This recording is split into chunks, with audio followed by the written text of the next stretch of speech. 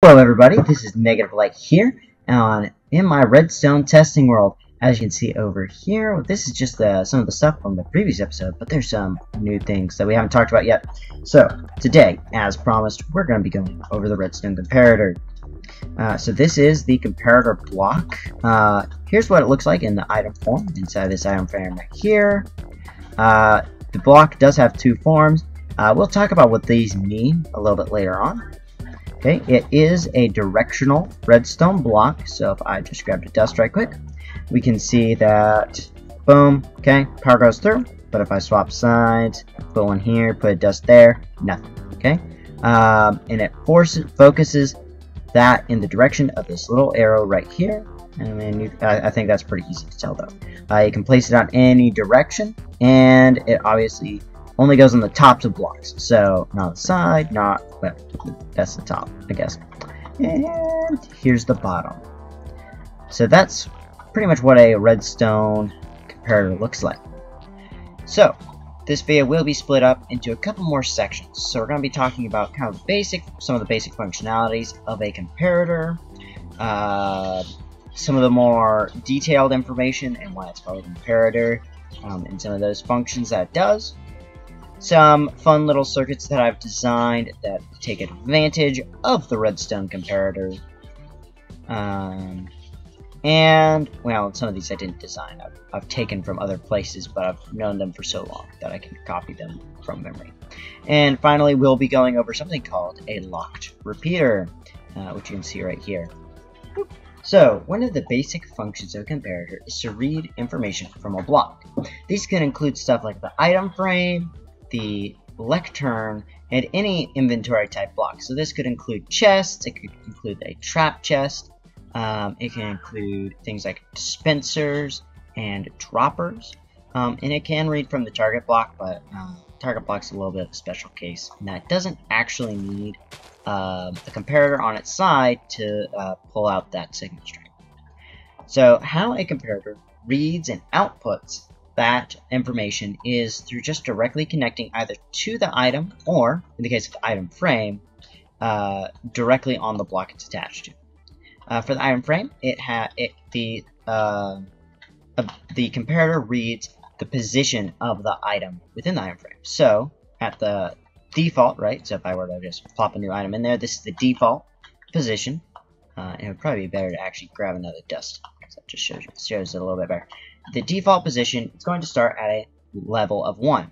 Now, I'm going to point this out in the video, but just so that you can see, on the right side of my screen, there's something called power. This is the strength in a redstone signal. I'll be using this through this display, the F3 menu, which you can access in the Java edition by simply pressing the F3 button consistently throughout this video, just so that you guys can kind of see this a little bit better.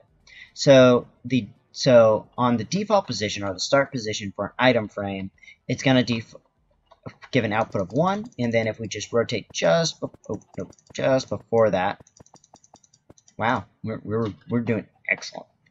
It's gonna go up to a power of 8. So just as a quick recap of how it works on item frame, it's gonna be directly connected to the block, and then it can read any signal from 1 to 8 depending on the position.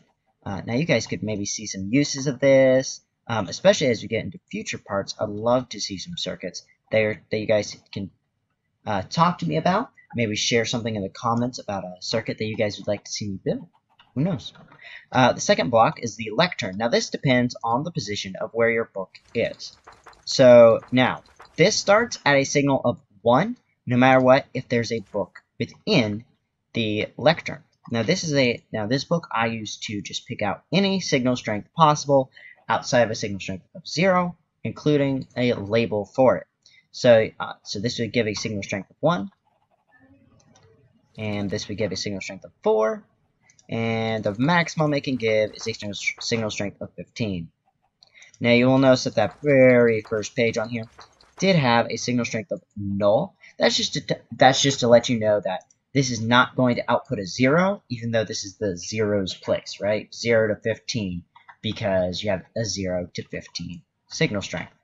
And this actually becomes useful later, but we'll probably talk about how that works and how numbering systems are in a later video. The next thing is any storage type blocks. So this includes chests, dispensers, anything like that.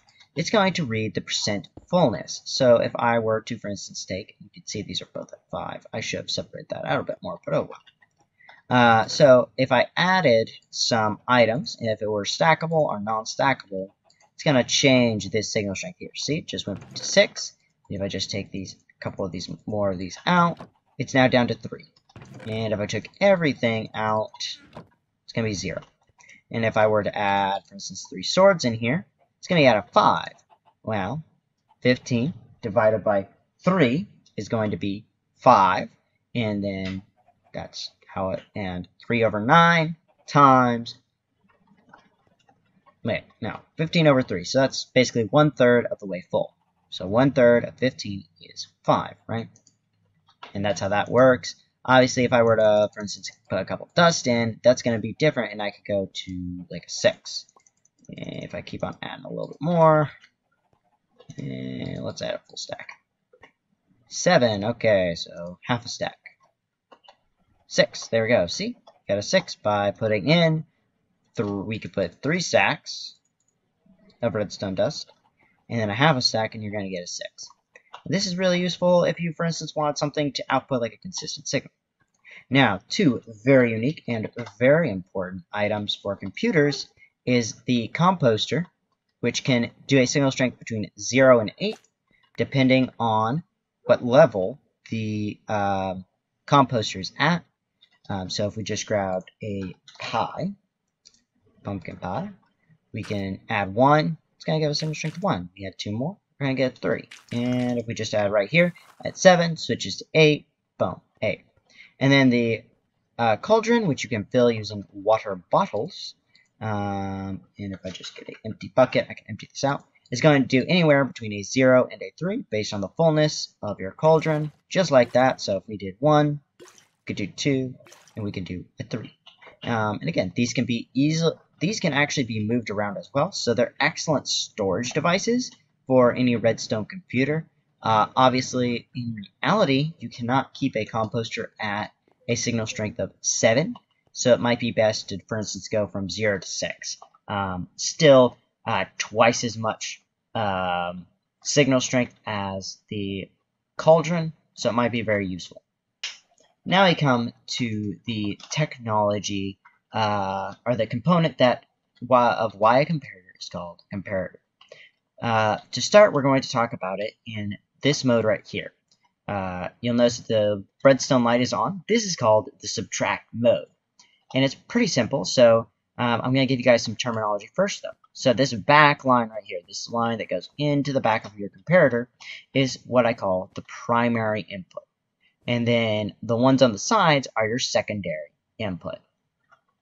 And the subtract mode simply takes the highest secondary input and takes that input from your primary. So, for instance, this would be 15 minus 2.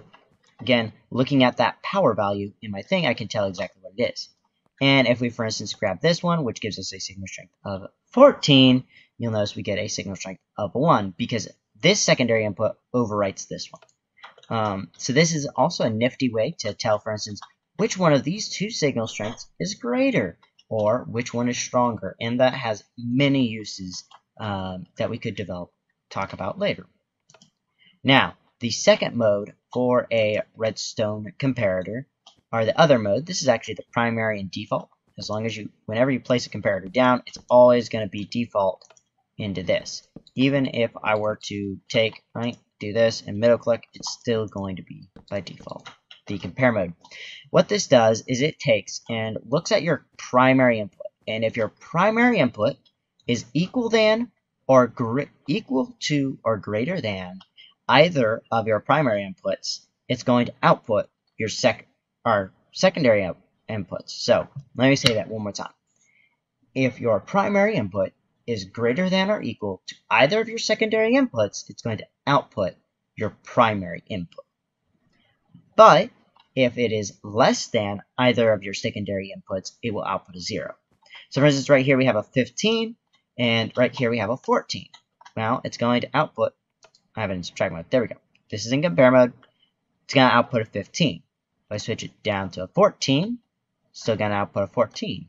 But what happens when we take it, turn it off, and we turn it to a 13? Well, looky there, it's a 0. There is nothing. And if you look at your comparator, you'll also notice nothing. These two are off, telling you that it is off. Now we can turn this off. Okay, 14, or we got 13 in, we get a 13 out. We set this one to a 13 here, 13 in, so 13 primary, 13 secondary, 13 output. 14, or 12, I mean, 13. So 13 in, 12 compared, 13 out. And if we just went 15, off. See? So that is how the comparator can be used in both the subtract and in the compare mode. And if you guys do have any questions, this is honestly the most complex component to it. It really does help you understand what or how a comparator works. And can be very useful. For instance, this subtraction I use a lot of times in a analog or in a signal strength to binary converter. This will be discussed after we actually talk about numbering systems, because you kind of have to know how a numbering system works in order to understand that. Okay, so the next part that we're going to talk about is some fun circuits. This is a circuit that I call the signal continuation circuit. So what it does is it's going to take any signal strength we put in. So you'll notice we have our little item frame here, and it's going to output a signal strength of 6. Okay, well, obviously, if I place this here, oh, look at there, the power goes from 5, then it goes to 4, then 3. Well, let's just say I want to take this signal from here and use it somewhere else. I might be using it right here to do something, and I might be using it right there to do something, but I need it to go way over there somewhere. Well, an easy way to do it is to do this. We're going to take one redstone dust, then we're going to place a single block, then we're going to place a comparator. Okay, this is more about resource efficiency than time efficiency too. So, for instance, in creative mode, you might want to just set nothing but comparators, right? So you go boom, and then we can just go boom, boom, and dust, and it's still 6. But if you're playing in survival, each one of these costs a quartz, which, yes, now is not very expensive due to piglins. Still not efficient, because you might want to use that quartz in like an observer. So that's a 6 right here. Then we're going to place a block, a comparator. There's a reason this one's in subtract mode that we'll get to later for another function this circuit can use. And then place another dust and repeat that cycle. We can do it to any side. So I can continue it like this. I can do it with a dust or a block. Right? Place another dust right there, or place a comparator right there. But you cannot have a dust, then a dust, because that's not got power. So it has to be a dust, a block, then a comparator. Again, saving a lot of resources once you get into it. Now, the comparator does hard power the block it is pointing into to the signal strength it's looking at. So, if I place some dust to any side of this, they're all going to be at signal strength 6. Any block directly touching, or any dust directly touching this block.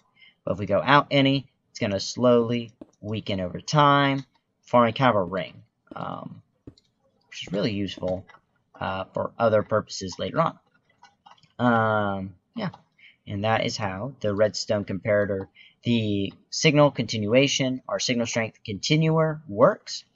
Now, a cool feature of this type of circuit is what I call a strength setter, meaning that after a certain point, it will set your strength, and this is how it's built.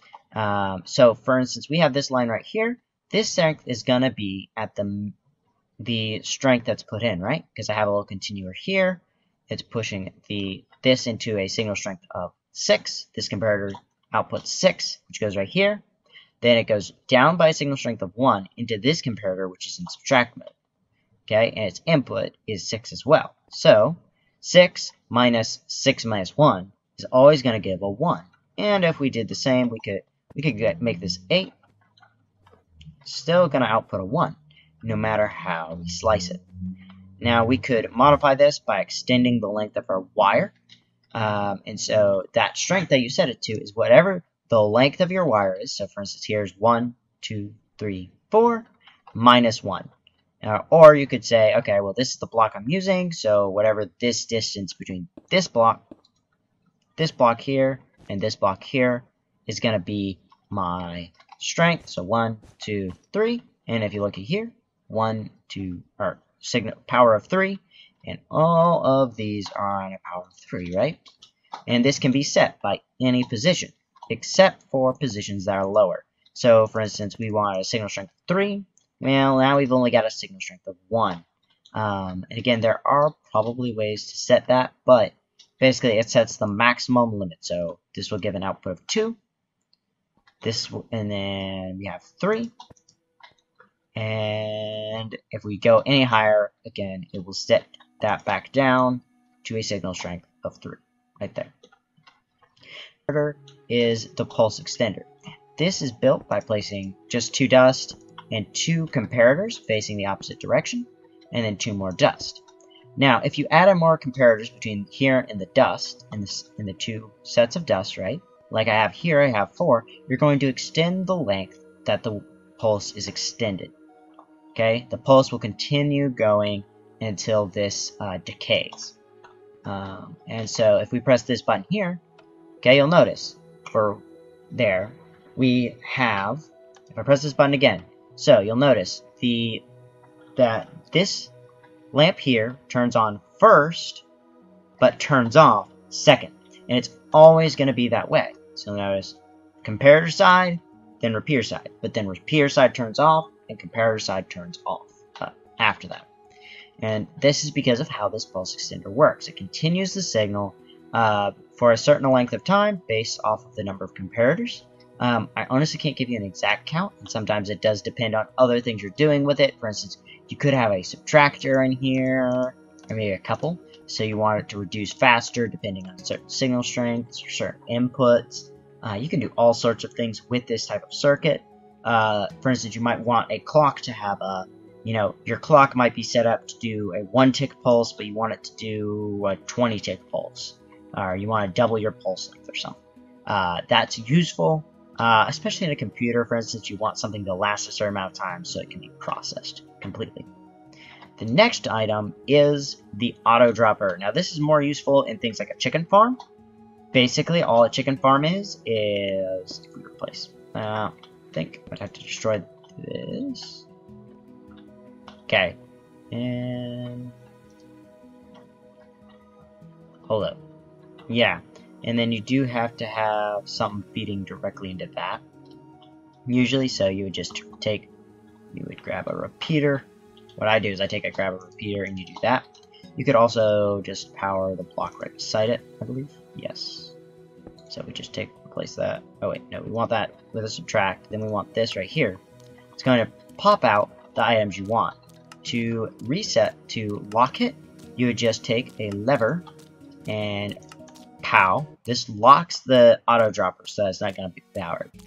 In an AutoDropper, you just control the length of time it takes for it to shoot by switching these by changing the timing on these. I would suggest at least 3 ticks. So 1, 2 ticks, and then 1 tick right there. Okay, we flip this switch again, and boop, boop, boop. We got little fishies. And this will shoot anything that a dispenser or dropper works. If you wanted to build like an egg farm, all you do is grab a couple hoppers, maybe put some eggs in here, and then just set it up with like a little kill chamber. Which we might make a video later. If you guys would like to see that, please like and subscribe to see more of my content. The more content that I can, the more likes and subscribes I get, the more subscribers I can get, and that would allow me to make just a little bit of money off of this to allow me to make these videos more frequently. I would love to get to the point where I'm, being able to post maybe like a video a day instead of 2 a week, due to my work schedule. Now we come to the last and slightly unrelated feature, which is the locked repeater. So we all know how a basic repeater works. You change this and it'll add a delay to change in the signal. Pretty simple. But what if I told you that when you have either a repeater or a comparator put into a repeater, then something different happens. So you notice on this one, I've got a powered comparator pointing directly into the side of this repeater. This works on either side, and you'll notice that all of a sudden, the second torch turns into this weird bedrock-looking piece. Well, let's see what happens. Wait, there's no power. There's nothing here. Like, this is dead. See, look at the power there. 0. Nothing. This guy's not powered either. What's going on here? Let me flip this lever. Well, hey, there's 15 right there. And what? Well, what happens if I power this again? Turn that off. Well, looky there. And it works the same way. Just like that. Huh. This is really useful, actually, in the making of puzzles, and something fun I made for it, which is a clock stopper, if you will. So if I just grabbed this redstone torch, this is going to send a single tick pulse through this clock right here. And if I flip this lever, it's going to break it. That's wonderful. Yeah, that broke. So, again, these are rather fragile. And this worked earlier. But, boop, you'll see, oh, well, looky there. It is locked right there. So this one is always going to stay on, which means that this one's going to be powered, but this one's always going to stay off until I flip this lever again, kind of locking the clock in place. It also does kind of change the pulse length, but if I flip it just at the right time again, it'll do that. Now, there is one other thing that we could do, and that is extend our pulse all the way to here, okay, and we have just enough wire to do that, and obviously all 4 are locked now. Power that off. And now I flip that again, and well. 2 of them, all 4 are locked, locking our pulse into a specific position. So if we just unlocked it, we're gonna just reset the clock. Oh wow, I've got really good timing. There we go. Okay, we're going to just restart this clock. It's gonna again have that single tick pulse, and if I power this, well, it's the little dot, this one single dot is powered. Turn it off, turn it back on, and again, single dot is powered. Obviously, this could be made much neater, much smaller as well, but that's pretty much the basics on how a locked repeater works, and just a fun little circuit that involves that. Now, if you guys did like this video, or enjoyed it, please give me a like, give me maybe you might want to consider subscribing to see more Redstone content. I would really like to see at least 1 new subscriber. Yes, I'm digging a hole in the wall for you, my new subscriber. Please.